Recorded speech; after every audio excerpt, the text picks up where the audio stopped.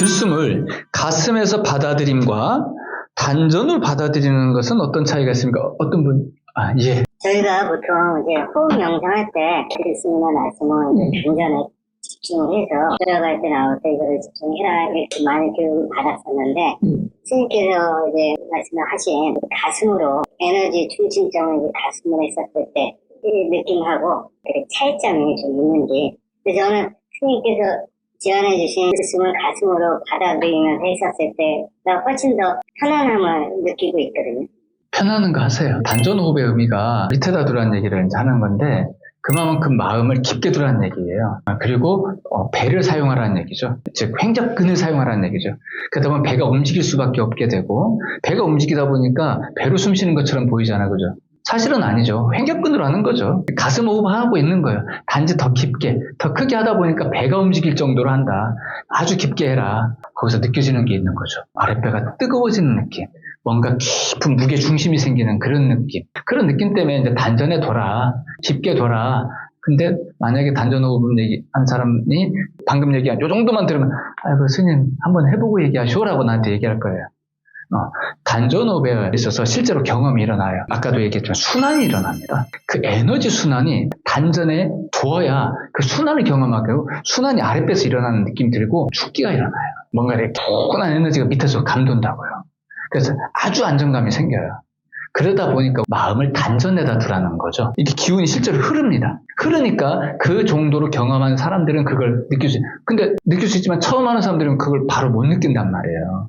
사실 과학적으로는 가슴으로 숨을 쉬는 거예요. 가슴으로 숨을 쉬는 건데 깊게 쉬고 배를 사용해서 순환을 일으키는, 어지간한 사람들이 호흡이 굉장히 얕단 말이에요.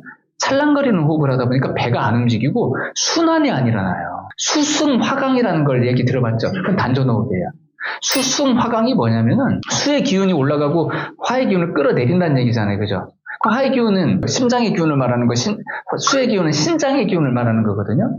그럼 신장의 기운을 갖다가 이제 올린다. 화의 기운을 갖다가 이제 내린다. 그 말은 뭐냐면 여기 있는 기운을 일로 내린다는 얘기 아니라 이 기운은 자동적으로 치솟아 올라온단 말이에요. 화의 기운이 머리꼴로 올라온다고요. 머리꼴로 올라오는 기운을 가슴으로 끌어내리라는 얘기죠. 가슴으로 이렇게 끌어내려서 안정화시켜라. 근데 잘못 들으면 머리로 올라가기도 전에 가슴의 기운을 아래로 끌어내려 이렇게 들리는 거예요. 아니, 그 말이 아니라 머리로 치솟아 올라와서 지도 주체 못하는 머리 터질 것 같은 그 느낌 있잖아요. 그걸 끌어내리라는 얘기죠. 그걸 끌어내리고 수의 기운을 갖다가 이제 올려라. 근데 수의 기운을 어떻게 올려요? 방법 있나요, 그거? 호흡입니다. 순환이 일어나는 걸 경험해요. 그걸 일러서 이제 우리는 수승화강이다. 그래서 시원한 기운이 머리꼴에 자리 잡게 되니까 시원한 기운이, 차가운 기운이 올라오는구나 이렇게 생각하는 거 아니겠어요? 그걸 경험적으로 그렇게 표현하는 거지. 아니 그렇게 도는 걸 보냐고요. 그걸 뭐 MRI 찍으면 나옵니까? 그게 뭐 보여요? 그런 거 아니거든요. 그런 게 아니라 자기 경험, 그 경험을 그렇게 이야기하는 거예요. 근데 그 경험이 그럼 허구냐? 누구나 다 그렇게 경험합니다. 저도 그렇게 경험을 하고요. 근데 경험을 갖다가 경험 못하는 사람 입장에서는 입증을 못해요. 어디까지나 내 주관적인 경험이잖아요. 그죠? 그럼 믿고 따를 일인 거라. 그럼 그 사람들한테 해당 사항이 없잖아요. 안 하면 그만이고. 나는 돌팔이 되고, 뭐 그럴 거 있나요? 그렇게 할 거 없이 이제 우리가 좀 더 합리적으로 이제 말을 좀 풀어주는 게 좋겠죠. 의식의 중심은 가슴이에요. 많은 사람들이 수행을 할 정도가 되는 거는 어느 정도가 되냐? 스트레스 정도가 아니라 스트레스로 인해서 몸이 망가졌을 때 그 사람들이 이제 비로소 이제 이거라도 한번 해봐라 해가지고 이제 그때 이제 수행을 시작한다고요. 그때부터 이제 하게 되고 이제 뭔가 이제 건강법으로 하려다 보니까 그 건강의 관점은 이 아랫배가 된단 말이에요. 순환을 담당하고 있기 때문에. 그러니까 자동적으로 이 단전이라는 에너지 중심부를 센터로 놓고 우리 어떤 명상에 나왔던 그런 수련법들이 발전을 한 건 틀림없어요. 근데 우리의 의식은 가슴에서 시작합니다. 가슴에서 아래 위로 퍼지는 거예요. 생명이 시작될 때 7주에서 8주 사이에 심장이 뛰어야 돼요. 그래야 아기가 되는 거죠. 안 그러면 유산이죠. 그죠? 착상이 되고 7주에서 8주 사이에 심장이 딱 뛸 때 그때부터 순환이 일어나면서 아기로서 이제 형체를 갖춰가기 시작하고 다른 차크라가 형성되면서 장기가 형성되는 거. 그 시작이 스타트가 심장입니다. 심장이 순환을 첫 번째 담당하죠. 그죠? 근데 혈은 돌리지만은 나중에 몸뚱아리 이렇게 커졌어요. 그 다음에 기도 돌려야죠. 에너지를 돌리는데 바로 펌프질. 얘는 이걸로 하는 거지만 호흡은요 큰 펌프입니다. 그 펌프로 이제 이렇게 하다 보면 자연스럽게 아랫배에 에너지가 이렇게 움직이는 걸 느낄 수가 있는 거예요. 그래서 이제 자동적으로 그렇게 이제 마음을 드는 거고 깊은 어떤 받아들임을 표현하고자 하는 그 느낌 속에서 나와진 소리다라고 생각이 들어요. 그러면 그걸 과학적으로 어떻게 증명을 해요? 방법이 없어요. 그러니까 어디까지나 경험은 분명히 있고 느낌은 있고 그죠? 근데 이제 우리가 합리적으로 좀 접근해 봤을 때 이래서 그랬겠구나. 지금도 가슴으로 얼마나든지 편안하게 호흡을 할 수 있는 건데 그죠? 근데 이제 아랫배로 막 호흡을 아랫배에 뭐가 있는 것 같고 막 사람들 오만 상상 여기다 다 갖다 붙인다고요. 그래야 돼버리면 여기 뭐가 특별하게 뭐가 있는 것 같고 막 없어요. 여기 아무것도 없습니다. 그 여자는 여기 자궁 있고 남자는 똥배예요. 근데 바로 이제 그런 의미로 얘기했다. 그때 실제로 경험은 일어납니다. 실제로 일어나요. 그래서 무시할 수는 없죠. 그러나 그것이 절대적으로 크게 깨달음하고 무슨 상관이 있을까요? 들숨을 가슴으로 받아들인다. 그럼 단전으로 받아들이는 거다. 차이, 깊이의 차이라고 표현하면 되겠다. 그죠?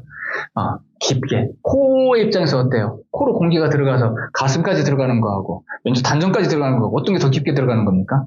단전까지 들어가는 게 훨씬 더 깊게 들어가는 느낌이죠. 그죠? 그죠? 근데 공기가 여기까지 들어갑니까? 폐가 여기 있어요? 그런 건 없죠. 네, 없는데 그 느낌, 에너지를 잡는 거예요. 공기는 딱 여기까지죠. 근데 압력이 누르죠. 그죠? 복압이 생기게 되고 여기 압력이 차이게 되고 여기에 뭔가 열감이 생기게 되고 온기가 생기게 되고 뭔가 에너지 순환이라는 그 생명력이 감돌게 되고 힘이 차고 그러니까 그런 얘기가 나오는 거예요. 네. 그렇게 이해를 하면 좋지 않겠나 싶습니다. 명상은요. 그러니까 시간을 좀 정해놓고 하는 걸 좋은 건가요? 좋죠. 엄밀히 말하면 내 모든 일상이 명상이 될 수 있도록 하면 제일 좋아요. 그쯤 되면은 그만큼 내 일상을 내가 명상의 흐름으로 이끌어갈 수 있는 지혜가 확장되어 있다는 얘기예요. 그거는 그냥 그전에는 명상하는 시점은 있어줘야 되겠죠. 그죠? 그 시간이 중심이 돼서 점점 확장해 들어가는 거예요. 절하는 게 편하다. 그럼 절하는 시간, 절하기 쉬운 시간이 있어야 될 것이고 남들한테 내가 방해 안 받는 나만의 시간이 있어줘야 될 거예요. 그죠? 그 시간 속에서 깊은 어떤 그 마음의 평화를 찾아가면서 이걸 내 삶 속에, 내 생활 속에, 내 움직임 속에 이걸 하나하나 적용해 들어가는 거예요. 하나하나. 그럼 또 확장해 들어가는 거예요. 그럼 또 적용이 잘 안 되면 그걸 놓고 또 고민도 할 것이고, 그때쯤 스님 한번 찾아오시고, 이걸 한번 해보려고 했는데 잘 안 됩니다. 그럼 스님은 어떻게 하셨습니까? 저 같은 경우는 어떻게 하면 좋을까요? 이렇게 하면서 지혜를 하나하나 찾아갈 수 있는 거고. 그리고 이렇게 잘 되다 보면 나머지를 이제 잘 할 수 있어요. 그러면 남들을 또 도와줄 수도 있네요. 나의 어떤 상황, 나의 어떤 그 활동에서는 잘해. 근데 타인과의 관계에서는 또 안 될 수도 있잖아요. 그땐 리더십이 필요하거든. 타인을 잘 되게 만들어줘야 돼요.